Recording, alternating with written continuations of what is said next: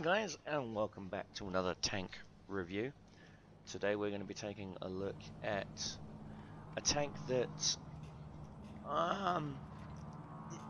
it's such a troll. It's even called the troll cannon, but in actuality its real name is the Kimlik-Vishkov tank, aka the KV series.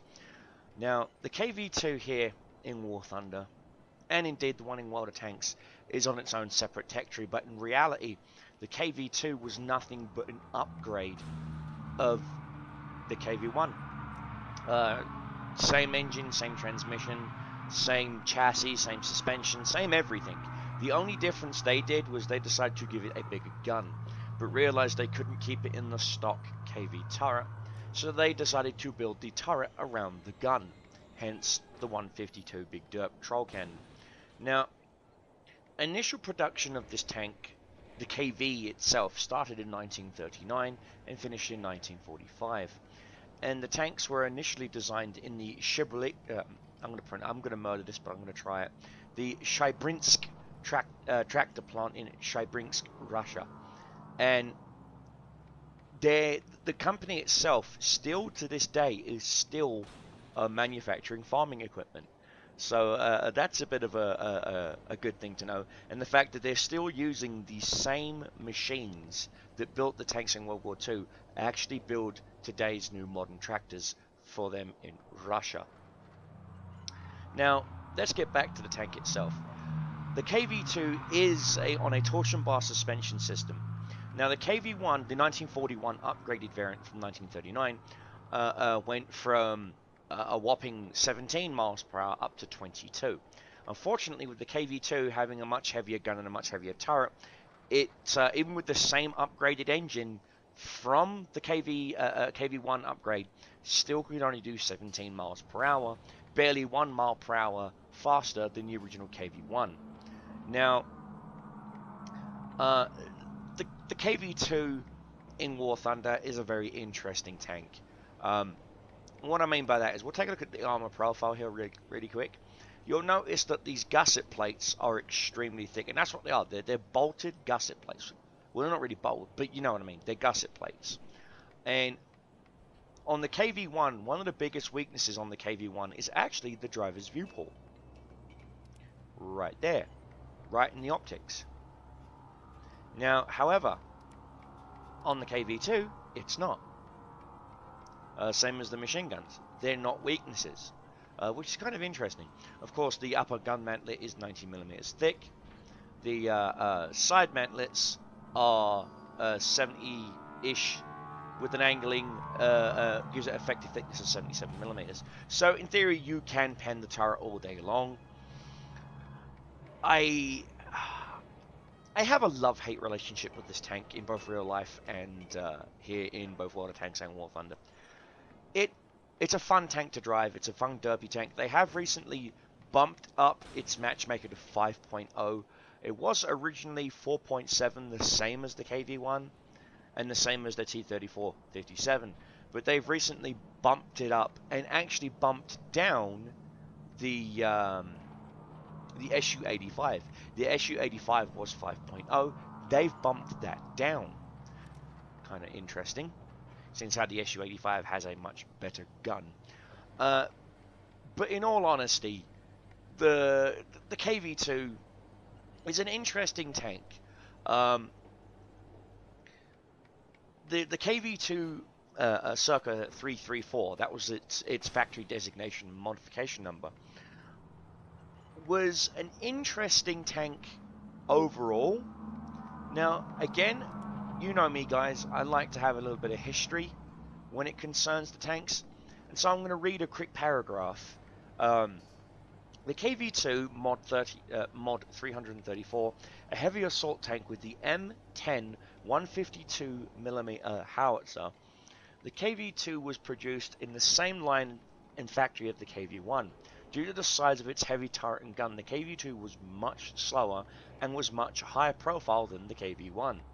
Those captured and used by the German army were known as the Sturmpanzerkampfwagen KV2 754R. I do have a model kit of it. Unfortunately, Gaijin have openly said that they will not be introducing the captured KV-2 to the German lineup. Shame, I know. I honestly believe it should be in there, even if it's just a premium tank. Where is it? And was often used for artillery observation due to its height. Fewer were produced due to the combat ineffectiveness of the tank. Mainly the decreased speed due to the weight of the new gun and turret.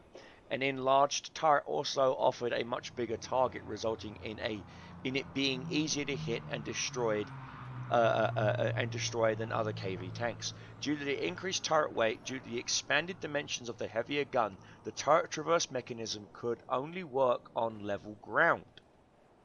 Interesting. And which then led into the T150, into the objects 221, 222, and 223, otherwise known as the KV3s, then into the KV4, KV5, KV6, and KV7. But that is one thing they haven't implemented into the game. If the tank is indeed on non-level ground, you can still turn the turret freely. I think that's something that they should model into the game. They've clearly modeled in, quote-unquote, historical, accurate gun turret traverse on the Panther. Why don't they do that to the KV-2? Again, food for thought. Now, areas where not to get hit in a KV-2, pretty much center mass. Center mass of the main chassis, center mass of the main turret. Simply put, ready rack ammo, fuel tanks, engine itself could catch a fire. Ready rack ammo and your crew, right there, all 4 people in the turret, gone. Now, another thing that I find ironic about the KV-2 in general is the weight tonnage.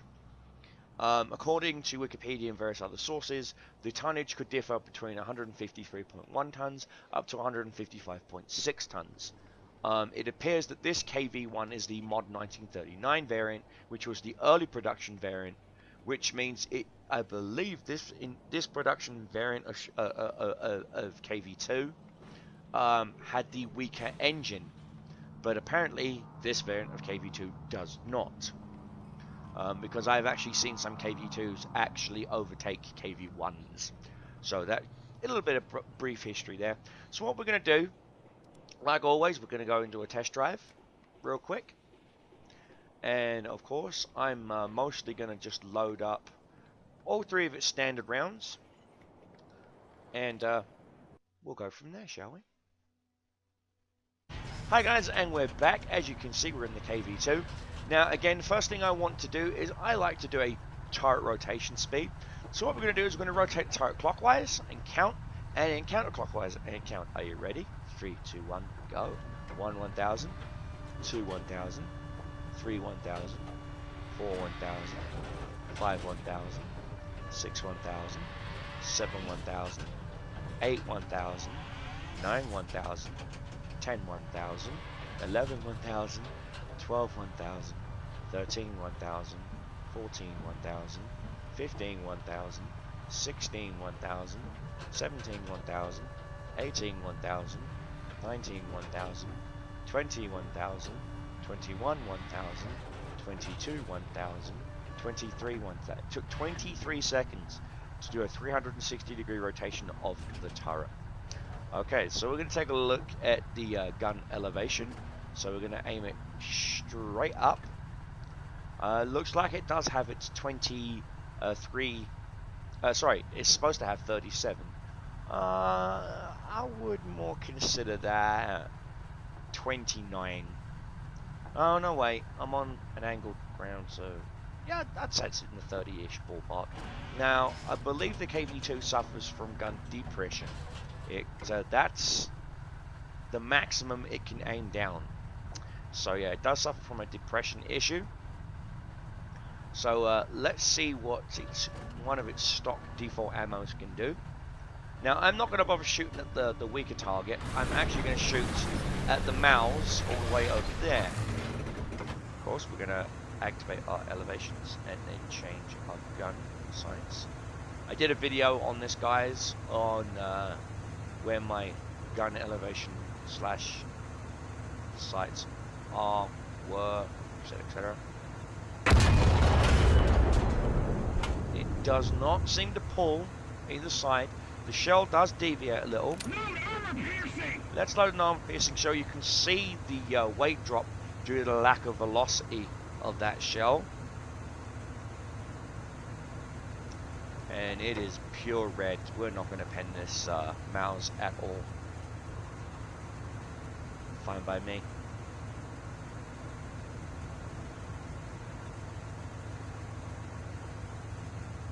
Come on. Put it all in your back and your groin. Come on, lift the shell up. Lift it up. Attaboy. So we're going to give this one a quick shot. And it just calmly bounced off. Let's load a high explosive shell. Again, high explosive does not lose penetration via distance. And wow, it has a faster velocity. That's interesting. Of course, this is HE, it's just going to bounce harmlessly off the tank and do nothing. The mouse is very effectively angled. And it is 470-ish feet away. Yep, just harmlessly bouncing off the side. So, you can see that the fact that there is a big indiscrepancy between the velocities. And here you can see there is a poor little Panzer II. Machine guns are not functioning right now.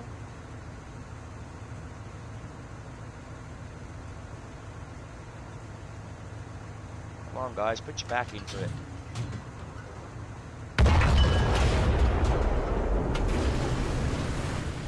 And that's what it does.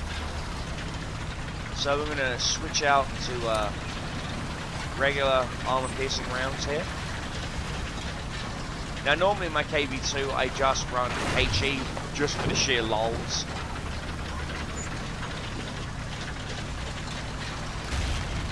But when you come across more heavily armored tanks like IS-2s, because you will see IS-2s in the KV2, it kind of gets a bit annoying. You know, you hit an IS-2 and all it does is to splinter. That. There's a Panther D. Of course, these targets are being generous by showing me their side profiles. You know, let's try and hit that Panzer IV-C on the move, shall we? Gonna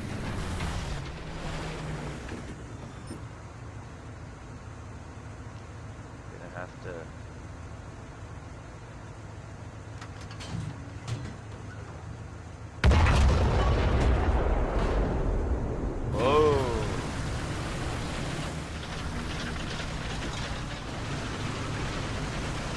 Reset the target real quick. My gun sights. There we go. And now we're going to take a look at this Panther D. Now, bear in mind this is just a regular armor-piercing round. The entire side of the Panther is free reign. Side of the turret is free reign. We're going to aim directly right there. Whoa. One dead Panther. Tiger 2, no contest. If you can see it on the Tiger 2, you'll see some track plates. Follow it right down where the turret meets the chassis, and that's actually where the ready rack ammo is. But shh, you didn't hear that from me. Again, this is its stock armor piercing round. Whoa. One dead Tiger 2.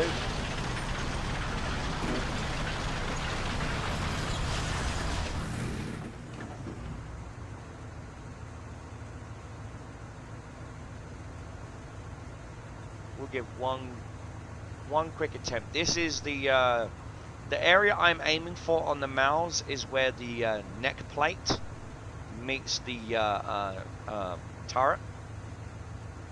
There's a little fine wedge of gap there that if you can get a shell in there, like that, unfortunately all it did was damage the barrel. Boo. So we're going to keep rolling forward. Come across that Yag Panther. It's over there. Again, this is just a training room, guys. Don't be afraid to use the training room. The shells are free, the tank is free. You know, you can practice, you can get used to reload rates, shell drops, elevations, depression, gun arcs, you name it. You can get used to it, guys. Okay, there's the Yak Tiger. On a Yak Tiger, same just like on a Tiger 2. Center gusset plate. Did deviate a little bit, but it still finished the job. And that's how you can do it, the stock ammo. Now guys, we'll return to the hangar real quick.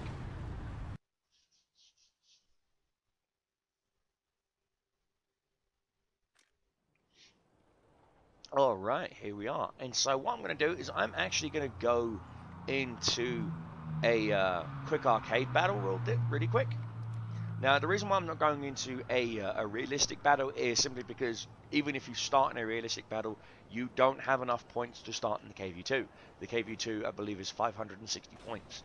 You only have a maximum of 440 points to spend. So, I know, a bit of an annoyance. Especially for people like me who are trying to help you with your reviews, of course. Here we are on Domination on Ash River. So what I'm going to do now, as you can see, I mostly have HE loaded. Oh no, wait. Yeah, it's my armor composite ballistic caps that are loaded. My bad. So what I'm going to do is I'm going to leave that there. I'm going to go down to the southern spawn. Actually, you know what? No, I'm actually going to go to the northern spawn and have some fun, shall we? We have a friendly Tiger E and a Panzerkampfwagen 4J. I'm going to try and go up by these rocks and give some cover fire. Again, bear in mind that a KV2 is a support tank. I feel anyway. A lot of people say no, it's a an assault tank. Right, it does classify as an assault tank, but with a 30+ second reload, do you really want to classify yourself as an assault tank?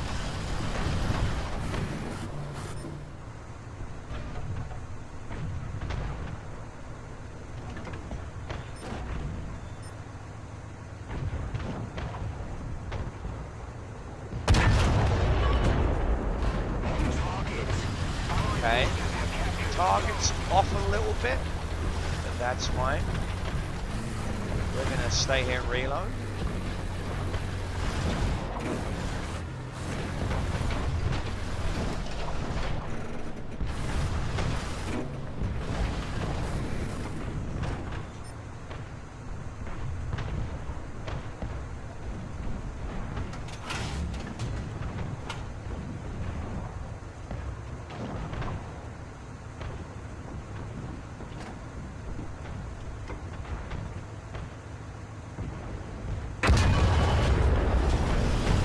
Nowhere near him. Now they know I'm here now.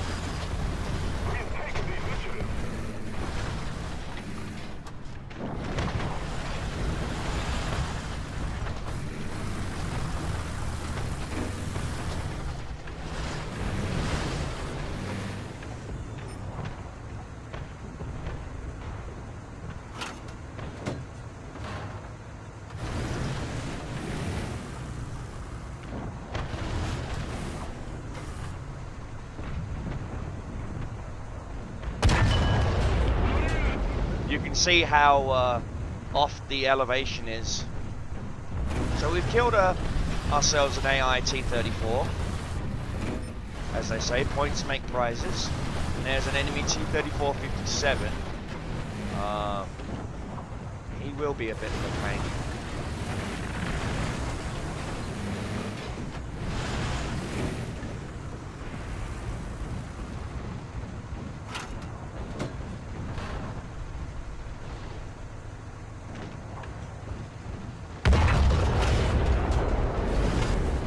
just barely missed.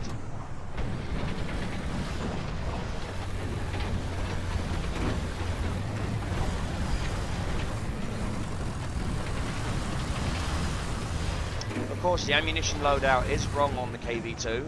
The KV2 actually only had 20 rounds of ammunition, and here in War Thunder, you apparently have 35 plus.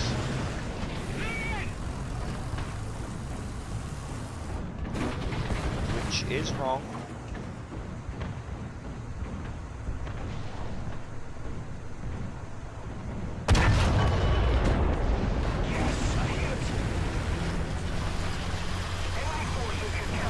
Nicely done.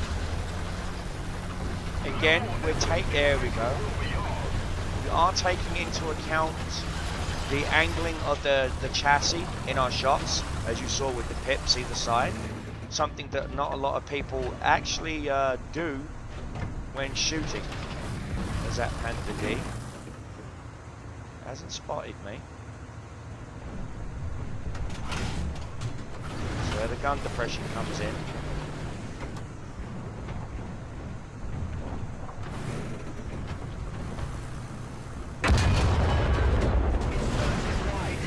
Okay, that hurt him. Cannon breach. Gunner and a whole bunch of other people.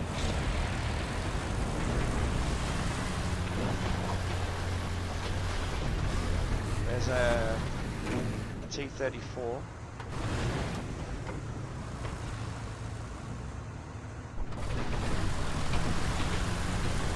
I'm going to move forward a little bit, try and get more on even ground.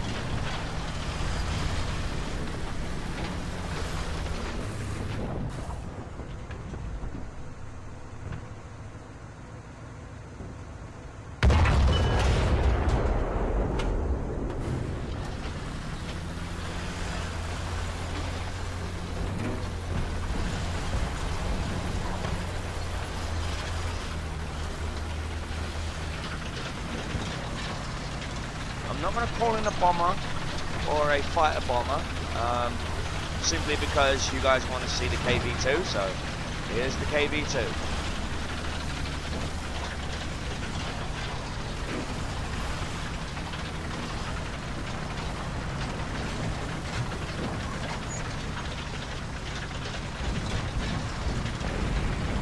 Now that Panther we nailed is still down here somewhere, because we haven't gotten a killer. There he is, speak of the devil. Nailed him. Now he hit us right in our turret, and look what he killed. Turret ring, ammo rack, you name it. So we're going to repair. So that's one dead Panther, speak of the devil, and he shall appear. We've only got 5 seconds on this repair, which is pretty good because of the crew. There we go, we are fully repaired.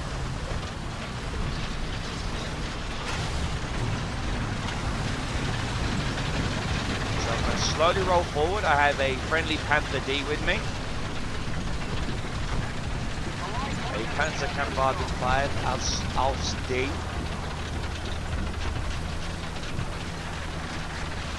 Friendly Tiger E up high.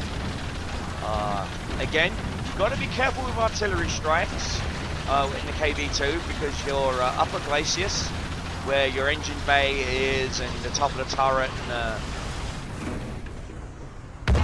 the other places, is actually pretty considered pretty weak.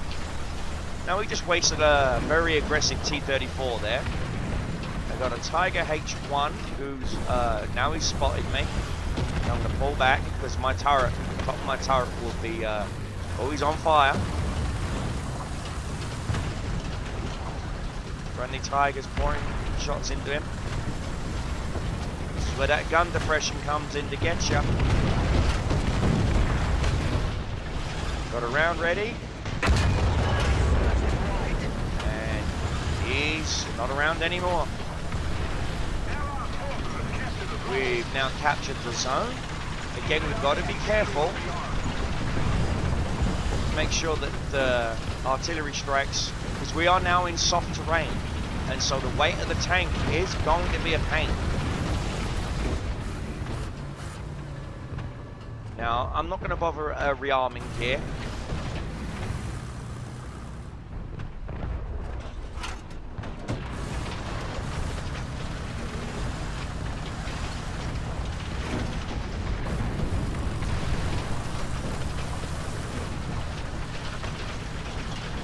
Again.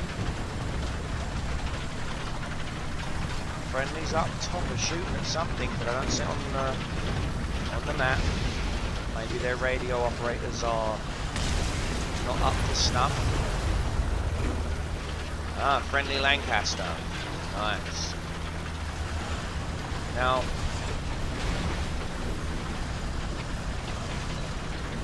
looks like they have an IS-1, a T-34-57, a Tiger 1, and a Panzer 3M.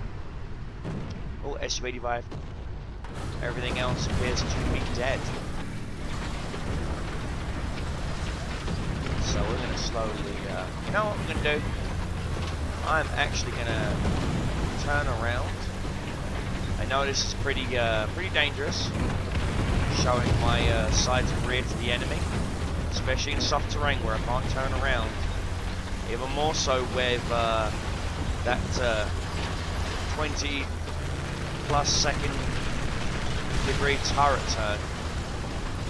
But I'm actually going to put something to test. That's if we survive. And the enemy don't run out of tickets, of course. And that is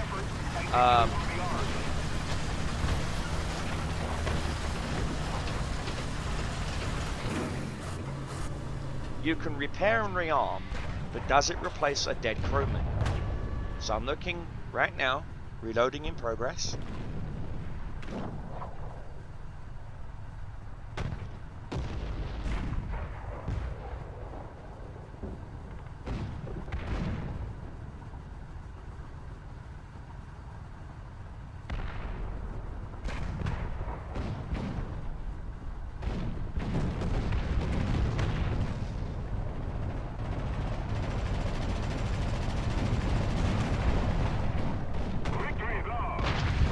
No, it didn't look like it replaced my dead commander. So you can replace a barrel, a transmission, an engine, a radiator, your ammunition, but it will not give you a replaced crewman. Interesting. Food for thought for you there, Gaijin. And so, yeah guys, this has been the KV2. What do I think of it? Is it a keeper? Of course, it's a KV2. It's an iconic tank, very similar to that of the T-34, the KV-1, Panzer IV, Sherman, Panther, Tiger, Tiger II, Jagdtiger. They're all legendary tanks. They're all keepers. Now, what will it take for you to get the KV-2? Well, plain and simple, you're going to have to go down the second branch. Not the first branch, the second branch. You're going to have to get both the T28 and the T28E. You're going to have to get the KV-1 L11 and then the KV-1 ZIS-5. Now, I'm not going to lie, the L11 can be a pain. Its 76mm gun for its tier is kind of undergunned.